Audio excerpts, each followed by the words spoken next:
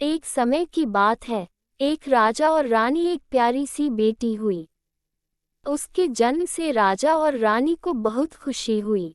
उन्होंने अपनी बेटी का नाम राजकुमारी निधि रखा। यह छोटी सी राजकुमारी बहुत सुंदर और सादगी से भरी हुई थी।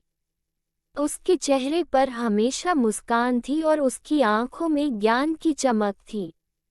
निधि के बाल सोने की तरह सुंदर थे। हर कोई उसके बालों की खूबसूरती की तारीफ करता था।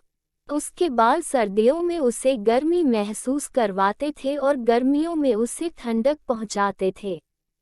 लोगों ने उसे राजकुमारी के जादुई बाल कहना शुरू कर दिया था। एक दिन राजकुमारी निधि ने अपनी माँ से पूछा, माँ, क्या मेरे बालों में सचमुच जादू है?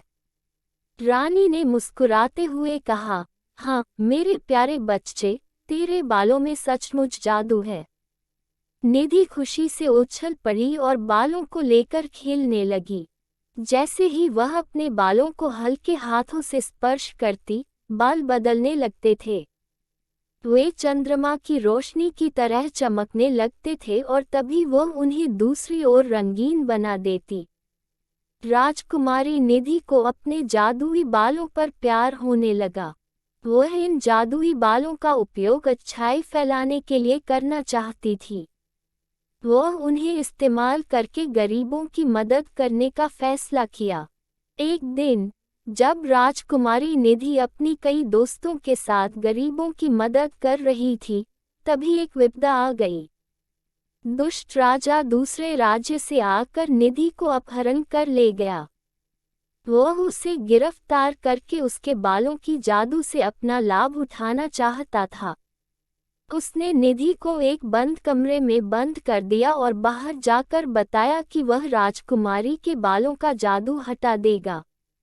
बंद कमरे में निधि बहुत घबरा गई और रोने लगी। वह बिल्कुल अकेली महसूस कर रही थी, लेकिन उसके दिल में आग जल रही थी, जो उसे शक्तिशाली बना रही थी। तभी वह अपने जादुई बालों को याद करने लगी और उन्हें स्पर्श किया। जैसे ही उसने उन्हें छुआ, वह अचानक चमक उठे। बालों की जादू ने उसे मजबूत बना दिया। वह अपनी शक्ति को एकत्र करने लगी और अपनी मानसिक ताकत को बढ़ाने लगी। बाहर दुष्ट राजा और उसके साथी खुशी से हंस रहे थे, यह सोचते हुए कि उन्होंने राजकुमारी के जादुई बालों को छीन लिया है। लेकिन उन्हें नहीं पता था कि राजकुमारी निधि के बालों में दिव्यता और साहस का आभास हो चुका था।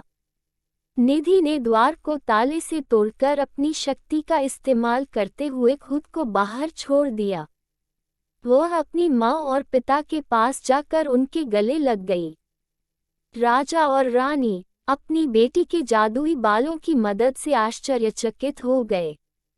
उन्होंने अपनी गलती स्वीकारी और निधि से माफी मांगी। वह दुष्ट राजा के पास जाकर उसे जीवन भरी सजा देने के लिए कहा और उसकी अदालत में न्याय कराया। इस प्रकरण के बाद राजकुमारी निधि ने अपनी जादुई शक्तियों का उपयोग करके अपने राज्य में न्याय और सद्भाव की वातावरण स्थापित की।